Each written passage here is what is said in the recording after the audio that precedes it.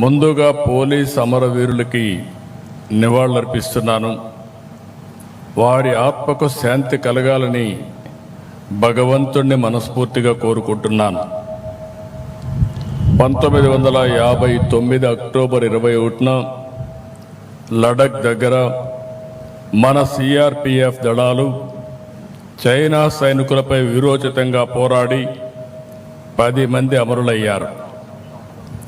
వారిని స్మరించుకునేలా ప్రతి ఏటా అక్టోబర్ 21న పోలీస్ అమరవీరుల రోజుగా ఘనంగా జరుపుకుంటున్నాం.